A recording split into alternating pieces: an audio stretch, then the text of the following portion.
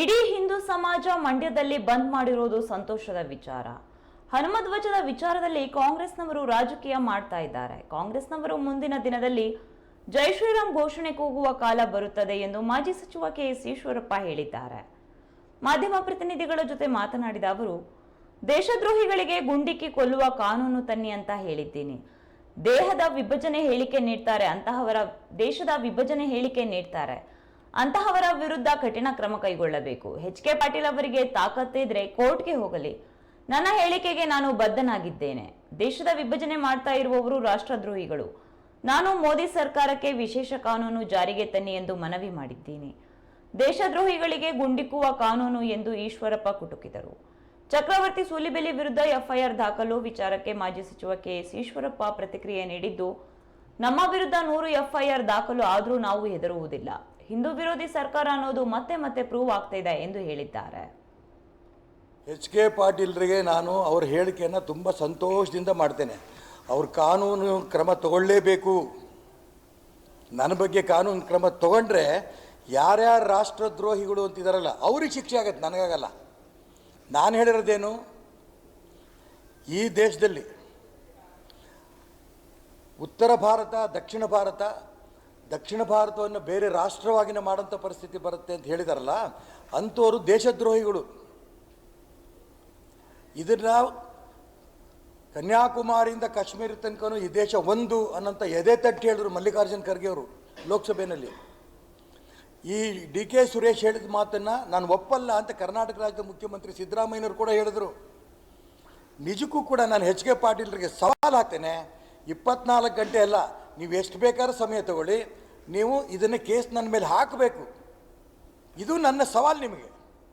ಕೋರ್ಟಲ್ಲಿ ನಿಮಗೆ ಛೀಮಾರಿ ಆಗ್ತಾರೋ ರಾಷ್ಟ್ರಭಕ್ತರಿಗೆ ಛೀಮಾರಿ ಆಗ್ತಾರೋ ಗೊತ್ತಾಗತ್ತೆ.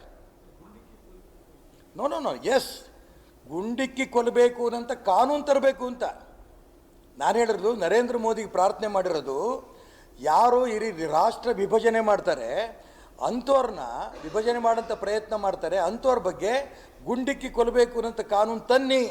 ಇದನ್ನು ನಾನು ನರೇಂದ್ರ ಮೋದಿಗೆ ಪ್ರಾರ್ಥನೆ ಮಾಡಿದ್ದೇನೆ. ಎಚ್.ಕೆ. ಪಾಟೀಲ್ ಇನ್ನೊಂದು ಸರಿ ನೋಡಲಿ, ಅವ್ರು ಟಿ ವಿಗಳು ನೋಡೋ ಅಭ್ಯಾಸ ಇದ್ದರೆ ಅರ್ಧಂಬರ್ಧ 1 ನಿಮಿಷ ನೋಡ್ಕೊಂಡು ಹೋದರೆ ಗೊತ್ತಿಲ್ಲ ನನಗೆ. ನೋಡಬೇಕು, ಅವ್ರು ಪೂರ್ಣ ನೋಡಬೇಕು. ಯಾಕೆಂದರೆ ಎಚ್.ಕೆ. ಪಾಟೀಲ್ ಬಗ್ಗೆ ನಂಗೆ ತುಂಬ ಗೌರವ ಇದೆ. ನಾನು ಹೇಳಬೇಕಾದ್ರೆ ಜವಾಬ್ದಾರಿ ಇಲ್ಲದೆ ಹೇಳೋದಿಲ್ಲ. ಕನ್ಯಾಕುಮಾರಿಯಿಂದ ಕಾಶ್ಮೀರ ತನಕನೂ ಈ ದೇಶ ನಂದು, ಇದಕ್ಕೆ ಕಾಂಗ್ರೆಸ್ ಹೋರಾಟ ಮಾಡಿದೆ ಅಂತ ಹೇಳಿದಂಥ ಮಲ್ಲಿಕಾರ್ಜುನ್ ಖರ್ಗೆ ಅವರು ಕೂಡ ಕಟ್ಕರಿಗೆ ಬರಬೇಕಾಗತ್ತೆ. ಅವಾಗ ನಾನು ಅದಕ್ಕೋಸ್ಕರ ಹೇಳಕ್ಕೆ ಇಷ್ಟಪಡ್ತೀನಿ, ಇವತ್ತು ಈ ದೇಶದಲ್ಲಿ ಕೇವಲ ಯಾರೋ ಅಲ್ಲೊಬ್ಬರು ಇಲ್ಲೊಬ್ಬರು ಹೇಳಿಕೊಂಡು ನಾವು ನಮಗೆ ಬರಬೇಕಾದಂಥ ದುಡ್ಡು ಬಂದಿಲ್ಲ ಅದಕ್ಕೂ ಉತ್ತರ ಕೊಟ್ಟಿದ್ದಾರೆ. ಕರ್ನಾಟಕಕ್ಕೆ ಏನು ದುಡ್ಡು ಬರಬೇಕು ಅದ್ರ ಬಗ್ಗೆ, ಅನುದಾನದ ಬಗ್ಗೆ ಎಲ್ಲವೂ ಕೂಡ ಲೋಕಸಭೆಯಲ್ಲಿ ಮೋದಿಯವರು ಮತ್ತು ಶ್ರೀಮತಿ ನಿರ್ಮಲಾ ಸೀತಾರಾಮನ್ ಉತ್ತರ ಕೊಟ್ಟಿದ್ದಾರೆ. ಆ ಸಬ್ಜೆಕ್ಟ್ ಬೇರೆ. ಈಗ ನಾನು ಹೇಳ್ತಾರೆ ಸಬ್ಜೆಕ್ಟು ದಕ್ಷಿಣ ರಾಷ್ಟ್ರವನ್ನು ದಕ್ಷಿಣ ರಾಜ್ಯಗಳನ್ನು ಒಂದು ರಾಷ್ಟ್ರವಾಗಿ ನಾವು ಬೇರೆ ರಾಷ್ಟ್ರವಾಗಿ ಕೇಳ್ತೀರಿ ಅಂತ ಹೇಳ್ತೀರಲ್ಲ, ಇವರು ದೇಶದ್ರೋಹಿ ಅಂತ ಕರಿಬೇಕೋ ಬೇಡೋ ಎಚ್.ಕೆ. ಪಾಟೀಲ್ ಹೇಳ್ರಿ.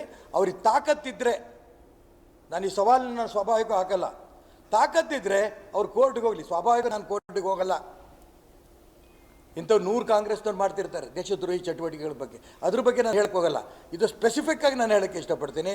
ನಾನು ಏನು ಹೇಳಿದ್ದೀನಿ ನಿನ್ನೆ ದಾವಣಗೆರೆಯಲ್ಲಿ ನಮ್ಮ ಜಿಲ್ಲಾ ಅಧ್ಯಕ್ಷರ ಪದಗ್ರಹಣ ಸಮಾರಂಭದಲ್ಲಿ, ಅದಕ್ಕೆ ನಾನು ಈಗಲೂ ಕೂಡ ಅದಕ್ಕೆ ಬದ್ಧನಾಗಿದ್ದೇನೆ.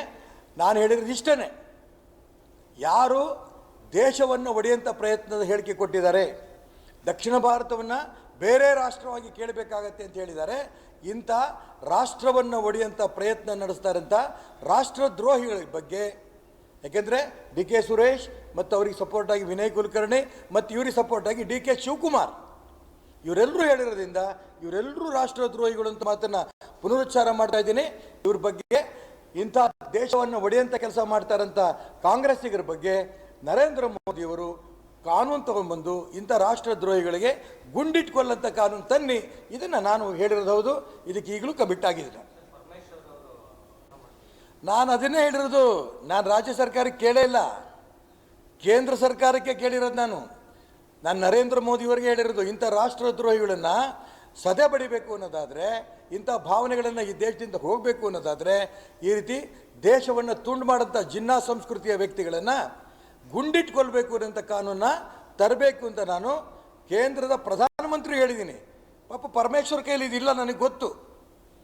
ಆದರೆ ನನ್ನ ವಿಚಾರಕ್ಕೆ ಅವ್ರದ್ದು ಸಮ್ಮತಿ ಇದೆ. ಪರಮೇಶ್ವರ್ ಕರ್ನಾಟಕ ರಾಜ್ಯದ ಗೃಹ ಮಂತ್ರಿಗಳದ್ದು ಸಮ್ಮತಿ